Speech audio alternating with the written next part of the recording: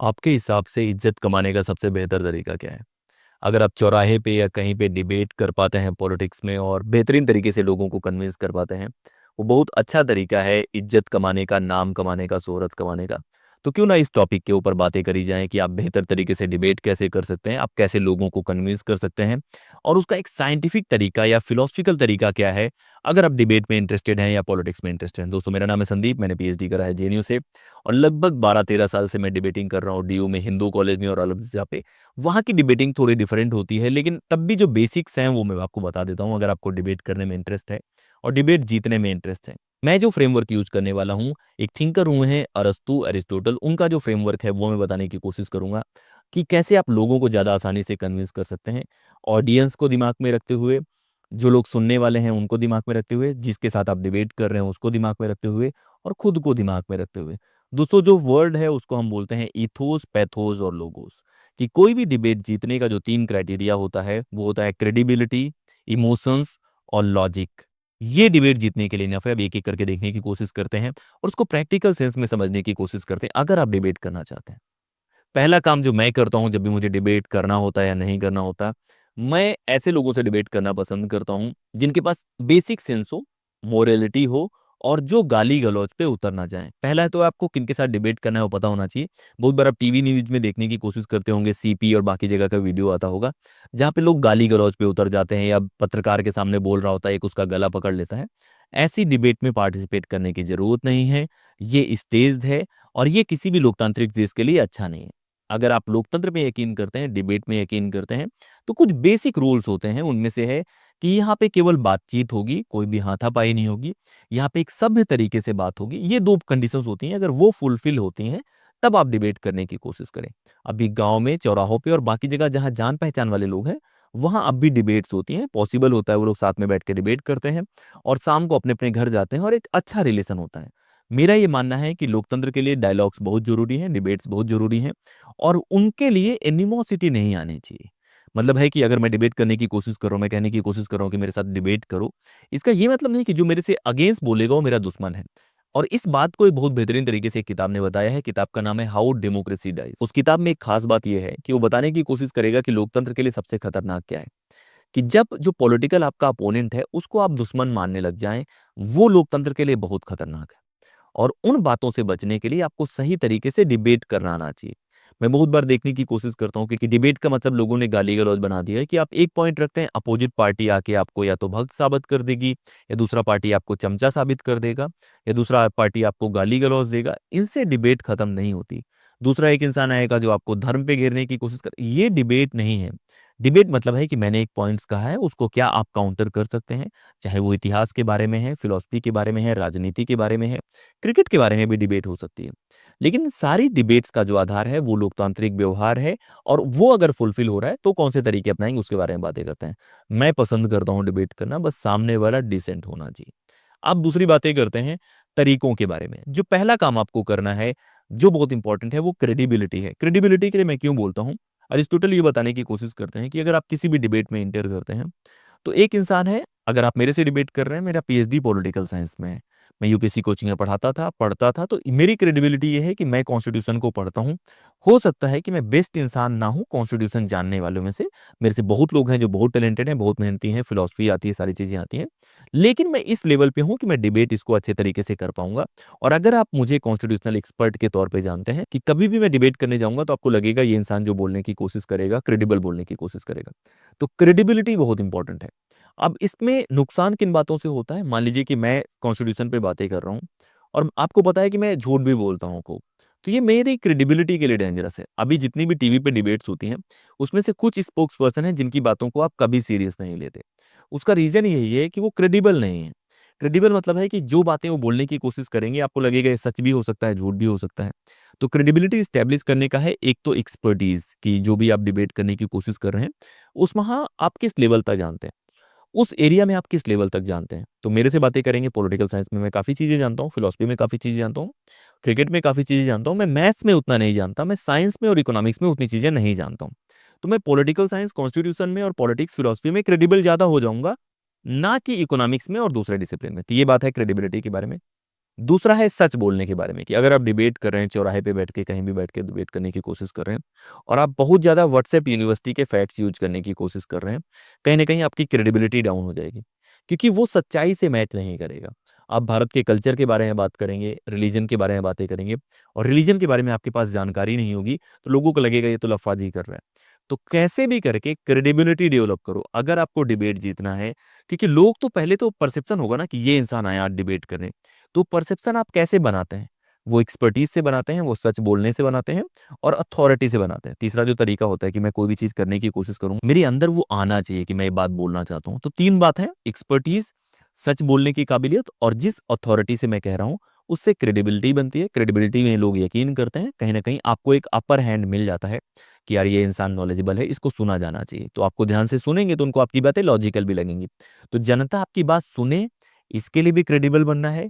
जनता आपकी बात माने उसके लिए भी क्रेडिबल बनना है और जनता आप पे यकीन करे उसके लिए भी क्रेडिबिलिटी ज़रूरी है। तो कैसे भी करके क्रेडिबिलिटी लाने की कोशिश करो, तो वो लोग जो हमेशा झूठ बोलते रहते हैं, फ़रेब करते रहते हैं, एक वक़्त के बाद आपको लोग नहीं सुनेंगे। टीवी डिबेट्स में ऐसे बहुत सारे लोग हैं जिनका ना तो कोई न्यूज़ देखता है, ना उनको पसंद करता है, ना उनके ऊपर ट्रस्ट करता है और वो कहीं न कहीं ट्रस्ट और क्रेडिबिलिटी की वजह। दूसरा जो तरीका होता है उसको बोलते हैं इमोशन जो आपको ध्यान रखना है। इमोशन से क्या मतलब है? कि आपके ब्रेन में 2 पार्ट होते हैं और लोग ज़्यादा आसानी से कन्विंस हो जाते हैं इमोशंस पे। मतलब अगर आप धर्म पे डिबेट कर रहे हैं, आप बहुत लॉजिक की उम्मीद मत करें। अगर आप कास्ट पे डिबेट कर रहे हैं, तो बहुत ज़्यादा लॉजिक की उम्मीद ना करें। साइंस पे डिबेट करेंगे, तो बहुत ज़्यादा लॉजिक की उम्मीद करें। लेकिन इमोशन बहुत इंपॉर्टेंट होता है। मान लीजिए कि मैं ऐसी जगह पे डिबेट कर रहा हूँ, जहाँ पे किसान बहुत ज़्यादा हैं। मान लीजिए कि मैं ऐसी जगह डिबेट कर रहा हूँ, जहाँ स्टूडेंट्स बहुत ज़्यादा हैं। तो मैं उस टॉपिक को चूज़ करूँगा बात करने के लिए, जो उनसे कनेक्ट करता है। अगर मैं किसानी के मुद्दे पे एमएसपी पे बात करूँगा, ज़्यादातर किसान मेरा सपोर्ट करेंगे, अगर मैं एमएसपी को सपोर्ट करता हूँ। अगर मैं स्टूडेंट एरिया में हूँ, वहाँ पे मैं रोज़गार पे बातें करता हूँ और उनकी लैंग्वेज में उनके पेन को रिफ्लेक्ट करते हुए बातें करता हूँ, तो लोग कनेक्ट करेंगे। तो इसमें 2 बातें आपको याद रखना है कि किस मुद्दे पे डिबेट कर रहे हैं और कैसा ऑडियंस है। ऑडियंस और मुद्दे भी कहीं न कहीं इमोशन डिसाइड करते हैं। अगर आप बिहार में जाएँगे और कुछ पर्टिकुलर कास्ट के बीच में जाएँगे, उनके लीडर्स के बारे में बातें करेंगे, एक अलग इमोशन होगा। दूसरी जगह जाएँगे, एक अलग इमोशन होगा। तो लोगों के इमोशंस का ख़्याल रखो कि भाई यहाँ पे जितना ऑडियंस लोग मौजूद है, ये किस तरह के इमोशंस में रहता है। बहुत बार स्टूडेंट्स हैं, तो वो आपको ध्यान में रखना है और फिर डिबेट का टॉपिक अगर आप डिसाइड कर रहे हैं, तो डिसाइड कर सकते हैं। अगर ऑलरेडी गिवन है, तब आप क्या कर सकते हैं, उसके बारे में बातें करते हैं। तो इमोशंस बहुत इंपॉर्टेंट है। आप ऐसे लोगों के बीच में डिबेट करके नहीं जीत सकते, जहाँ जनता आपसे कनेक्ट ही नहीं कर रही। आप पाकिस्तान में जाके लोगों से ये कन्विंस नहीं करा पाएँगे कि भारत को बहुत पसंद करना है या भारत उनके लिए अच्छा काम कर सकता है। तो आपको ये ध्यान रखना है कि ऑडियंस कौन-सा है। एक बार आपको पता चल गया कि ऑडियंस कैसा है, हमेशा ऑडियंस जिस तरह की लैंग्वेज पसंद करती है, उस लैंग्वेज में अपना मैसेज देने की कोशिश करो। मैं अगर इलाहाबाद में डिबेट कर रहा हूँ, बातें कर रहा हूँ, तो मैं इलाहाबादी लहज़ा लाने की कोशिश करूँगा, क्योंकि उनको लगेगा ये तो अपने बीच से है, तो इमोशंस कनेक्ट होंगे। अगर मैं बहुत रिलीजियस लोगों के बीच में बैठा हुआ हूँ और मैंने टीका लगाया हुआ है, जटा बाँधी हुई है, वो सारी चीज़ें करने की कोशिश करूँगा, मेरी क्रेडिबिलिटी तो बढ़ेगी ही, साथ ही साथ मेरे इमोशंस भी बढ़ेंगे। टीवी डिबेट्स इसका बहुत यूज़ करते हैं। जैसे आप धर्म पे कोई भी डिबेट देखेंगे, उसमें अलग-अलग ड्रेसेस में लोग बैठाए जाते हैं, क्रेडिबिलिटी इंक्रीज़ करने के लिए और लोगों का इमोशन इंक्रीज़ करने के लिए, क्योंकि आप ज़्यादा इमोशनल हो जाते हैं। कोई बात मैं बोलने की कोशिश करूँगा, लेकिन कोई बात वहीं पे टोपी लगाया हुआ इंसान या तिलक लगाया हुआ इंसान धार्मिक लोग बोलेगा, उसमें ज़्यादा इमोशन जनरेट होता है। तो इमोशंस जनरेट करके भी लोगों के अंदर आप क्रेडिबिलिटी पैदा कर सकते हैं, उनको कन्विंस कर सकते हैं और इसमें लैंग्वेज बहुत इंपॉर्टेंस रखती है। अगर आप बीयू में बोल रहे हैं, एक अलग तरह की भाषा है, जेएनयू में बोल रहे हैं, एक अलग तरह की भाषा है, कहीं और बोलने की कोशिश कर रहे हैं, तो एक अलग तरह की भाषा है। तो इन बातों का भी ध्यान रखो। अगर ये बातें आपने पिक कर ली, तो आपने 2 चीज़ें जीत ली, एक तो क्रेडिबिलिटी, दूसरा इमोशन। अब आती है तीसरी बात जिसको हम बोलते हैं लोगोज़ या लॉजिक। अब लॉजिक क्या होता है? रीज़न के तरीके से भी डिबेट जीती जाती है और रीज़न बहुत इंपॉर्टेंट होता है। बहुत बार बोलते हैं ना कि तुम यार बहुत रीज़नेबल बातें करते हो। वो रीज़नेबल बातें जो हैं, वो रेशनैलिटी जो है, वो डिबेट को जीतने में बहुत मदद करती है। हो सकता है आप बहुत क्रेडिबल हो सकता है कि लोग बहुत इमोशनल हों, लेकिन तब भी आपको तर्कों के माध्यम से साबित करना पड़ेगा कि जो बातें आपने कही हैं, सही हैं कि गलत है। जैसे मैं कहूँगा कि भारत में सबसे जो बेहतरीन क्रिकेटर थे, वो महेंद्र सिंह धोनी थे। अब ये मेरा स्टेटमेंट है, अब इसको मुझे साबित करना है। अब क्रेडिबिलिटी में बना सकता हूँ कि मैं धोनी के बारे में बहुत जानता हूँ, क्रिकेट के बारे में बहुत जानता हूँ, मैं लगातार कमेंट्री कर रहा हूँ। इमोशंस में देख लेता हूँ कि इंडिया का यूथ है जिसने सचिन को भी देखा है, धोनी को भी देखा है, विराट कोहली को भी देखा है। अब उनके अलग-अलग इमोशंस हैं। अब मैं कैसे कनेक्ट करूँ, कौन से लॉजिक लेके आऊँ कि मैं कन्विंस कर पाऊँ? मैं वर्ल्ड कप का लॉजिक लाने की कोशिश करूँगा, एक टीम मैन का लॉजिक लाने की कोशिश करूँगा, उनके नंबर 3 पे जो स्टैट्स थे, अगर वो नंबर 3 पे खेल रहे होते, तो उनके स्टैट्स यूज़ करने की कोशिश करूँगा।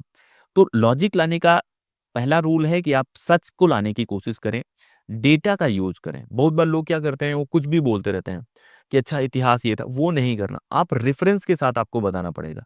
कोई भी बात मैं बोलने की कोशिश करूँ, मैं अगर बोलने की कोशिश करता हूँ कि इस टाइम पे ये हुआ था, जैसे मेरे से बहुत लोग पूछने की कोशिश करते हैं कि कास्ट के ऊपर आपके क्या विचार हैं? कास्ट का ओरिजिन क्या हुआ? या रिज़र्वेशन को मैं डिफेंड करने की कोशिश करता हूँ, वहाँ पे पूछते हैं। तो रिज़र्वेशन को डिफेंड करने के लिए मैं सोशल जस्टिस का यूज़ करता हूँ, डेटा का यूज़ करता हूँ, रिप्रेजेंटेशन का यूज़ करता हूँ, तो वो चीज़ें बड़ी लॉजिकल हो जाती हैं। उसमें क्रेडिबिलिटी है कि मैं रिज़र्वेशन के ऊपर बात कर पाऊँगा क्योंकि मेरा पीएचडी रिज़र्वेशन के ऊपर है, एमफिल मेरा रिज़र्वेशन के ऊपर है। तो क्रेडिबिलिटी भी है, इमोशंस ये हैं कि बाहर जो जनता बैठी हुई है, वो सुनना चाहती है, उसको बहुत बार कुछ पार्टी हैं जो इन्फीरियर फ़ील कराना चाहती है रिज़र्वेशन के नाम पे। तो सारे फैक्टर्स हैं, फिर मैं डेटा यूज़ करूँगा, लॉजिक यूज़ करूँगा कि भाई रिज़र्वेशन क्यों आया है? धोनी के आने से टीम में बदलाव क्या हुआ है? टीम इंडिया नंबर 1 कब बनी? धोनी नंबर 1 तो ये सारी जो फैक्ट्स हैं, ये लॉजिक की तरह होते हैं और इनका यूज़ करके मैं कन्विंस करने की कोशिश करूँगा। तो नेक्स्ट टाइम आपको जब डिबेट करनी हो, तो ये 3 बातें हमेशा ध्यान रखो और 3 बातें इस्तेमाल करने के पहले जो पहली बात मैंने आपको बताई कि किनसे डिबेट करना है, वो भी डिसाइड करो। क्योंकि बहुत बार टीआरपी के लिए बहुत लोग बदतमीज़ी कर रहे होते हैं, उनसे डिबेट करने की ज़रूरत नहीं है। उनका मीडिया चैनल अपने से चलाने दो उनको। लेकिन कहीं भी अगर कोई डिसेंट इंसान आपसे डिबेट करना चाहता है, वो बात करना चाहता है, वो अपने पॉइंट्स रखना चाहता है, आपको उसमें एंगेज होना चाहिए और बहुत बार चैलेंजेस को स्वीकार भी करना चाहिए। और जब आप चैलेंज स्वीकार कर लें, तो 3 बातें क्रेडिबिलिटी, इमोशंस और लॉजिक, ये आपको डिबेट जिता सकते हैं। तो इस पूरे वीडियो में जो मैंने बताने की कोशिश करी है, वो यही है कि डिबेट डेमोक्रेसी का कोर होते हैं, टॉलरेंस डेमोक्रेसी का कोर होता है, आपका राइट है बात करना और डेमोक्रेसी बनी इसलिए है ताकि डिफरेंट ओपिनियन साथ में आके काम कर सकें। ये जिसकी मेजॉरिटी है उसके हिसाब से चीज़ें चल पाएँ, लेकिन लोगों के अधिकार तब भी हैं। तो आपको बात करना आना चाहिए क्योंकि बात करेंगे तो बात आगे बढ़ेगी, लोकतंत्र आगे बढ़ेगा और बिना गाली-गलौच के बात करनी नहीं चाहिए। तो ये 3 तरीके अपनाओ अगर आपको डिबेट जीतना है। और भी कौन से टॉपिक्स हैं जिन पे बातें की जा सकती है उसके बारे में आपको बताना है और कौन से तरीके हो सकते हैं मैं धीरे-धीरे करके बताऊँगा जब मैं आपको बताऊँगा बात करने के बारे में, कहानी सुनाने के बारे में, किसी को कन्विंस करने के बारे में। तो इसी तरह के वीडियोज़ आते रहेंगे। आपका काम है सब्सक्राइब करना, शेयर करना, इंस्टाग्राम पे कनेक्ट करना और जो कोर्सेज़ हम लोग लेके आ रहे हैं उनमें से कोई भी कोर्स अगर आपको चाहिए तो आप मैसेज करें।